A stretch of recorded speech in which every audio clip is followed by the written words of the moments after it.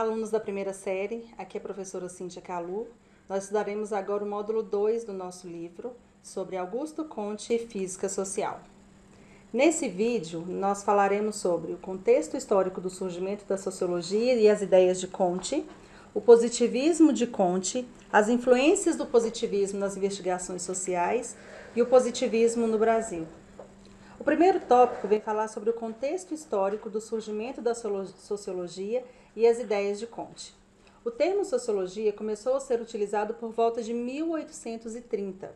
Diferente do que muitos pensam, o surgimento da sociologia não se deu pela curiosidade ou inteligência de alguns poucos pensadores, sociólogos ou cientistas da época, mas da necessidade de se ter respostas para um período de grandes transformações sociais, culturais e históricas, então ainda do século XVIII e XIX. A sociedade vivia dias de grandes transformações. A Revolução Industrial já estava instalada e influenciava diretamente os processos trabalhistas e sociais. A mão de obra estava sendo substituída pelas máquinas, provocando então uma grande onda de desemprego. Além disso, ocorria uma rápida urbanização que apresentava uma forma de conflitos, onde doenças proliferavam facilmente, ocorria um aumento do alcoolismo, do suicídio, da prostituição, mas em compensação, assistia-se também a um desenvolvimento tecnológico nunca visto antes. Nasciam novos hábitos de consumo e movimentos artísticos. A sociologia descendia da filosofia social, elaborada pelos antigos gregos ou pelos iluministas do século XVIII. Ela também exigia uma metodologia distinta e propriamente científica. Com as mudanças na vida social, a ciência trazia então o progresso e avanço, afinal ela caminhava para frente, sempre acumulando conhecimento e corrigindo os erros do passado. Era assim que os pensadores e estudiosos entendiam o desenvolver do processo da construção de saber. A biologia era o modelo da investigação científica por meio de uma intensa observação. Charles Darwin comprovou que as espécies evoluíram em função da sua capacidade de adaptação.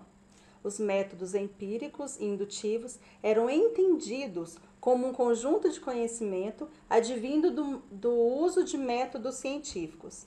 Então, só para esclarecer, o que seriam então os métodos empíricos? Os métodos empíricos são os instrumentais. Por exemplo, estudam-se vários tipos de folhas e então propõe-se uma elaboração geral que dê conta de explicar todos os tipos de folhas. O pensador acreditou no progresso e na aplicação dos métodos empíricos para alcançar o conhecimento. Esse pesquisador, então, foi Augusto Comte, que nasceu em 1798 e faleceu em 1857. Comte publicou a sua principal obra, o Curso de Filosofia Positiva. É onde a gente vai entrar agora, que é o tópico 2, o positivismo de Comte. Para Comte, não bastava continuar vivendo da mesma maneira. Seria necessário que a sociedade passasse por grandes transformações. Só assim seria possível viver um futuro glorioso da humanidade. A física, química e a biologia eram os exemplos perfeitos de ciência e a racionalidade determinava que fossem mantidas distantes da religião e da metafísica. A metafísica diz respeito àquilo que está além da natureza física das coisas. Nos termos kantianos, o conhecimento positivo tinha como base as seguintes premissas. Primeiro, na história está presente uma lei que tende, através de graus ou etapas, à perfeição e à felicidade do gênero humano. Segundo, tal processo de aperfeiçoamento é geralmente identificado com o desenvolvimento e com o crescimento do saber científico e da técnica. Terceiro, ciência e técnica são a principal fonte do progresso político e moral, constituindo a confirmação de tal progresso. Para Comte, as transformações históricas provaram que o homem havia evoluído da teologia, ou seja, da religião, para a metafísica, a filosofia. Acreditava-se, portanto, que a metafísica também evoluísse para uma ciência positiva.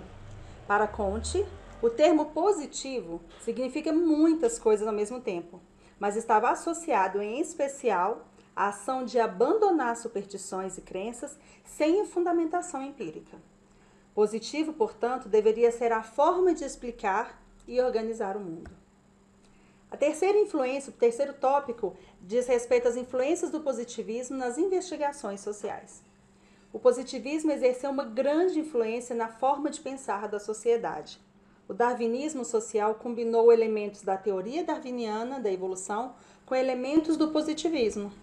Se as espécies evoluíram por conta da sua habilidade de adaptação, as manifestações sociais só poderiam obedecer à mesma trajetória.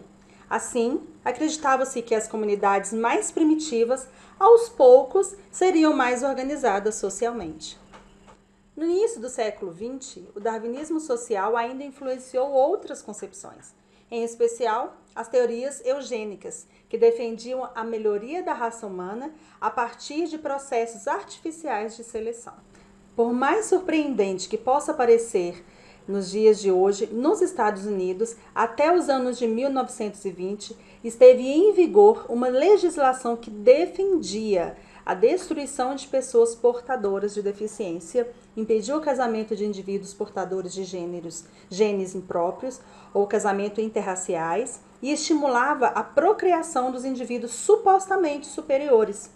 Até a década de 1970, também eram permitidos utilizar negros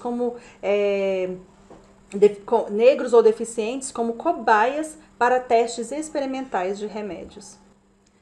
O quarto ponto, o positivismo no Brasil.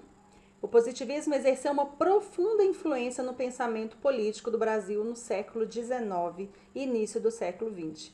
A República era uma experiência decente e a escravidão fora extinta há pouco. Criou-se a Igreja Positiva do Brasil, veículo por meio do qual se expressava a adoração por Clotilde, ex-esposa de Conte. As vacinas e outras aplicações científicas foram rechaçadas. Cultos foram realizados e instituíram-se semanas santas para homenagear Conte e Clotilde. A influência dos positivistas pode ser percebida na nossa bandeira, que contém os dizeres ordem e progresso. Afinal, ordem e progresso eram ideias que apoiavam a ciência positiva. O positivismo também era materializado na obra de um dos maiores escritores brasileiros, Monteiro Lobato. Defensor da ordem e do progresso capitalista, Lobato acreditava que a catequização do caboclo brasileiro era necessária para que a sociedade brasileira pudesse progredir e evoluir. Eu quero agora que vocês leiam o texto da página 15 e 16 e façam os exercícios das páginas 17 e 18 do livro. Além de marcar a sua resposta nos exercícios, justifique com um breve texto. Bons estudos para vocês, um abraço, até logo!